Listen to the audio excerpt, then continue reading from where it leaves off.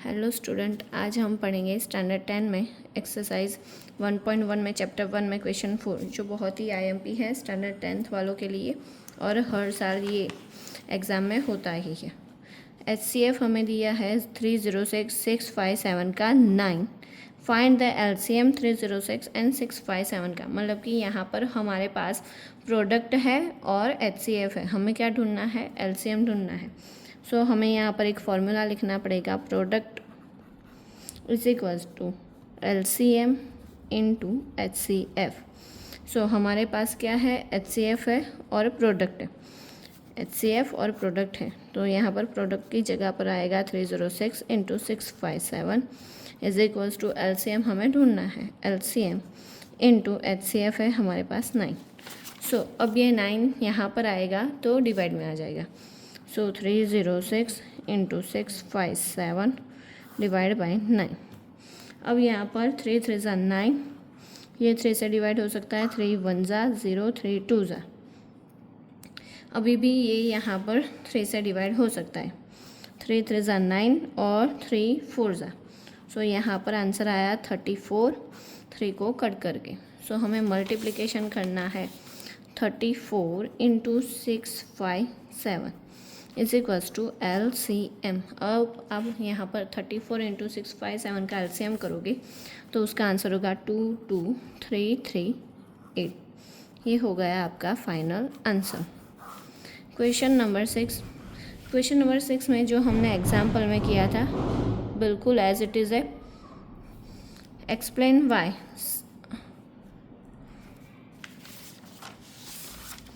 Explain why 7 into 11 into 13 plus 13 and 7 into 6 into 5 4 3 into 2 into 1 plus 5 are composite numbers।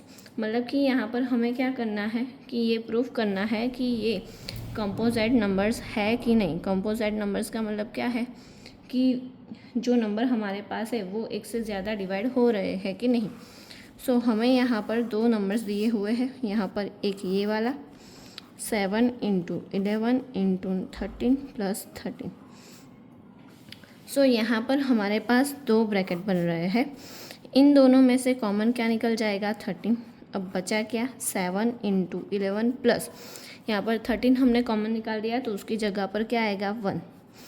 7 11 77 plus 1 और 13 यहाँ पर as it is रहेगा। सो 13 यहाँ पर आएगा 78 मल्टीप्लिकेशन। मतलब कि अगर आप 78 का प्राइम फैक्टराइजेशन करोगे तो उसके 2-3 पार्ट बन सकते हैं। मतलब कि ये वाला जो हमारे पास क्वेश्चन में है वो क्या है? कंपोजिट नंबर्स है। अब क्वेश्चन उसमें ही सेकंड दिया है 7 into 6 into 5 into 4 into 3 into 2 into 1 plus दिया है 5। अब ये दोनों यहाँ पर प्लस है तो इन दोनों में से कॉमन क्या निकल सकता है? 5। सो अगर हम 5 को कॉमन निकाल देंगे तो यहाँ पर बचेगा 7 into 6 into 4 into 3 into 2 into 1 plus 1। सो यहाँ पर इनका मल्टीप्लिकेशन करोगे तो आंसर आएगा 1008 प्लस 1 1009 और इसको मल्टीप्लाई करना है हमें 5 से। सो अगर आप इसको मल्टीप्लाई करोगे तो 5045 आंसर आएगा। मतलब कि यहाँ पर ये 2 बार ही डिवाइड हो सकते हैं। क्वेश्चन नंबर 7 है, there are the circular parts around the sports field. Sonia take 18 minutes to drive a 1 round. मतलब कि सोनिया को एक राउंड कंप्लीट करने के लिए 18 मिनट लग रहे हैं।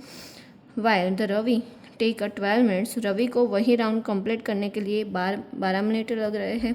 For the same suppose they both are the start at the same point. मतलब कि वो एक ही पॉइंट पर अगर स्टार्ट कर रहे हैं एट द सेम टाइम पर go in the same direction और सेम ही डायरेक्शन में, after how minute they will meet again the starting point. मतलब कि वो कितने मिनट बाद मिलेंगे। तो यहाँ पर हमें क्या करना है? एलसीएम ढूंढना है। सो 12 और 18 का एलसीएम हम ढूंढेंगे। सबसे पहले डिवाइड होगा 2 से, 2 6 ज़ा और 2 9 ज़ा। फिर यहाँ पर 2 से 2 3 ज़ा 6, 9 एज इट इज़। अब 3 से होगा, 3 1 ज़ा 3, 3 3 ज़ा 9, 3 1 ज़ा 3। सो यहाँ पर हमारा एलसीएम क्या आएगा, 2 इंटू 2 इंटू 3 इंटू 3, 2 2 ज़ा 4 एंड 3 3 ज़ा 9। यहाँ पर इसका आंसर आया 36। मतलब कि 36 मिनट के बाद वो लोग अगेन मीट करेंगे, मतलब कि मिलेंगे, रवि और Sonia. Thank you for watching my video.